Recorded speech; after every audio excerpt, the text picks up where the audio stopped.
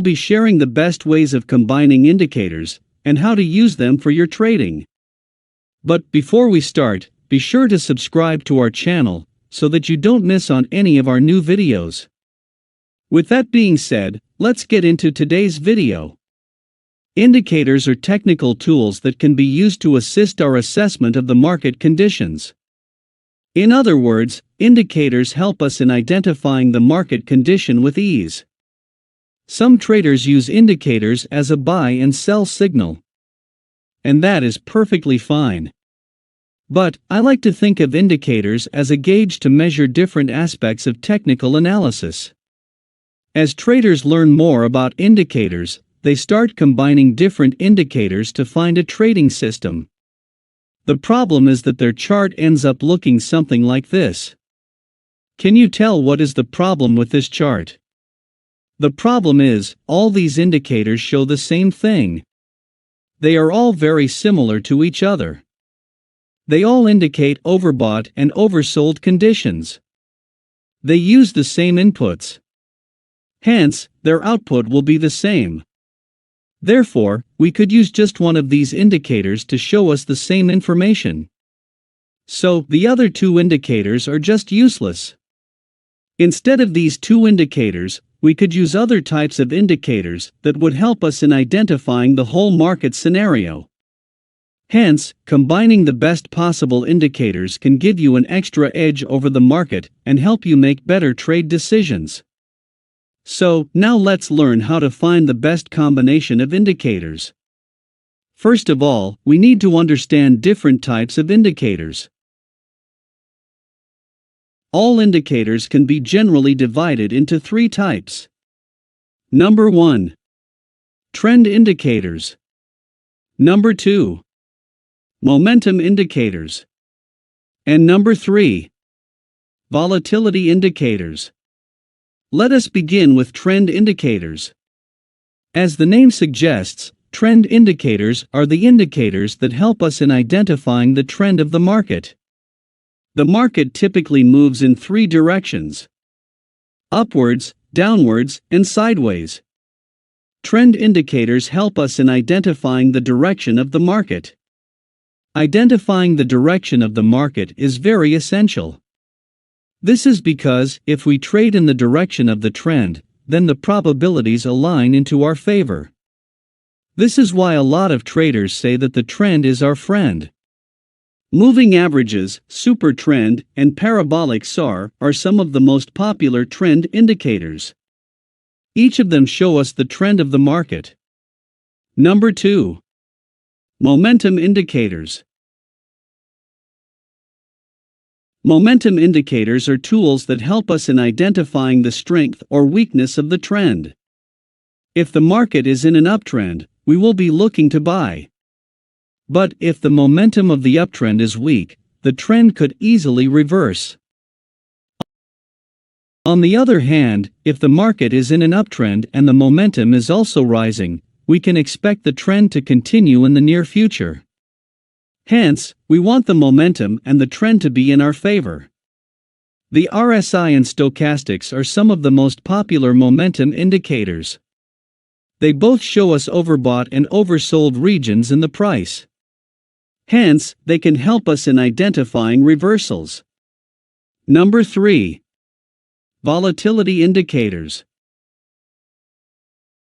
The market generally moves from phases of high volatility to low volatility. This means that the price will sometimes face difficulty in moving in a certain direction. Hence, we see a choppy price action.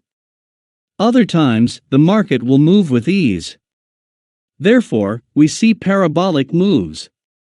Volatility of the market gives us an indication if the price will move towards our target with ease or not. Ideally, we want to trade in high volatility markets, and we would like to avoid the low volatility periods. ADX, average true range, and Bollinger Bands are some of the most popular volatility indicators.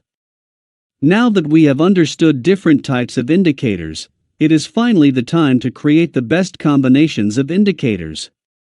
If we think logically, the best way of combining indicators will be to take one indicator from each of the above-mentioned categories and try to depict the market conditions.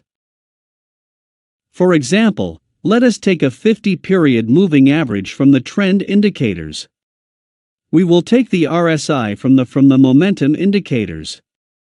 And finally, we will take the ATR from the volatility indicators. Once we plot these indicators, the chart will look something like this. First of all, we will look at the moving average and determine the trend. The price has constantly stayed above the moving average, and the moving average is also sloped upwards. Therefore, we can conclude that the price is in an uptrend. The recent price actions indicate that there has been a small pullback in price. Currently, the price is near the moving average. We expect the price to find support at the moving average, and hence we are looking for a buying opportunity. If we look at the ATR, we can see that it is clearly rising. Therefore, it is a good sign as we can expect high volatility. So now, we want to look at the RSI to trigger our entry. On this candle we see that the RSI is clearly starting to move upwards. Hence, the momentum of the market is rising, and this is a very good place to buy. So we buy on this candle. As you can see, the market made a dramatic up move after our entry.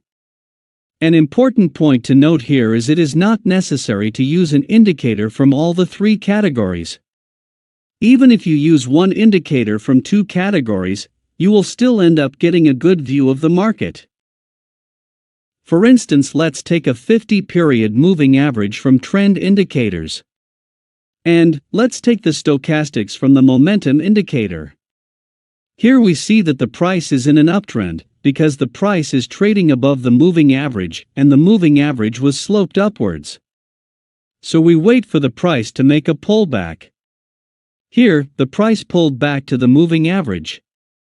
So we wait for the stochastics to give us a bullish signal. The stochastics makes a bullish crossover here.